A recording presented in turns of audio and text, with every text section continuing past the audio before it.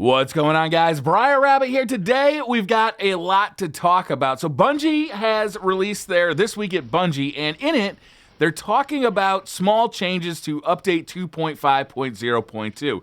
They've heard a lot of complaints about some of the changes that were in this update, the way they work in the meta. And while they're not totally reversing what they've done, they are going to make some tweaks. Now, none of what we're going to talk about is final. Bungie is reserving the right to make changes based on testing before this is released to the public. But overall, I like these changes. They seem to be thought out. They seem to be smart. They seem to address a lot of players' complaints about the current meta. And I like that they're communicating it to us before they release it to us. So with that being said, what are the changes? First of all, we're going to go with sidearms. Bungie says, we are currently working on a change that would allow sidearms to continue to spawn with a small set amount of ammo post-death, but keep them from stacking anything extra. So I think this really addresses the biggest problem with sidearms right now, is that you can continually go and get special ammo crates, and you have 70, 80 rounds of sidearm ammo running around using it as your primary. So this flies in the face with the change they made to every other special in the game. You'll still get the benefit of always spawning with some sidearm ammo, but you won't be able to stockpile it like you could, well, like you can now. Next up, Bungie addressed the Memory of Skorri artifact, something that's been the topic of conversation for quite a while, especially in the Trials community. The change currently in testing requires a kill to jumpstart Skorri's unique ability for the next minute. Once it times out, you'll need another kill to jumpstart it again. So no longer will you be able to just sit passively in your spawn and wait for your enemy to come to you. If you want to get the benefit of the Memory of Skorri artifact, you're going to have to get out there and get a kill. Next up, Truth. This is one of the more confusing ones in a lot of players' eyes, the fact that they reduced the amount of ammo that Truth had in its magazine.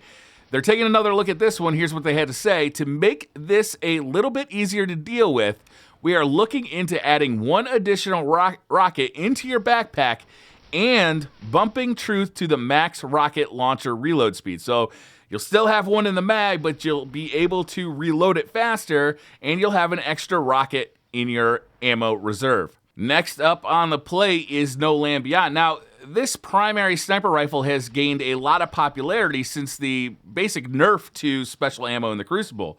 A lot of people still want to use a sniper rifle, and they find that No Land Beyond and a sidearm is a very good set of tools. So here's what Bungie's saying about No Land Beyond. We found a potential workaround for making No Land Beyond flinch like the sniper rifle it is. This one will require a good amount of testing, but we think it's a good change. Now, No Land Beyond is unique. It doesn't seem to flinch like other snipers. However, I'm of the personal opinion that while adding more flinch to snipers was needed, it got overdone. So hopefully they don't overdo the flinch on No Land Beyond as well. Blink is next up on the list. We are looking into removing the old recovery nerf entirely. Additionally, we are looking at pulling back the time you're HUDless by just a bit. So they feel like they've gone too far nerfing Blink, and they're looking to possibly roll back some of the changes they've made. The recovery nerf, that was a big hit.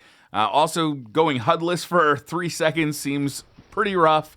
So they're definitely going to pull back on the nerfs to Blink, which I think a lot of Blade Dancers are going to be really happy about here.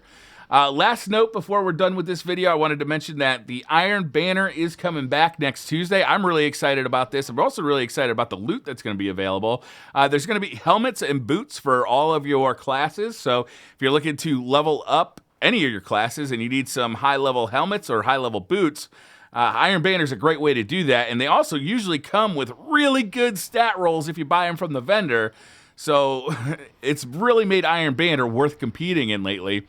The Laughing Heart Sniper Rifle is going to be up for sale and available as a reward as well. It's not a great sniper rifle. It's probably not that exciting. The Lingering Song Hand Cannon is also available.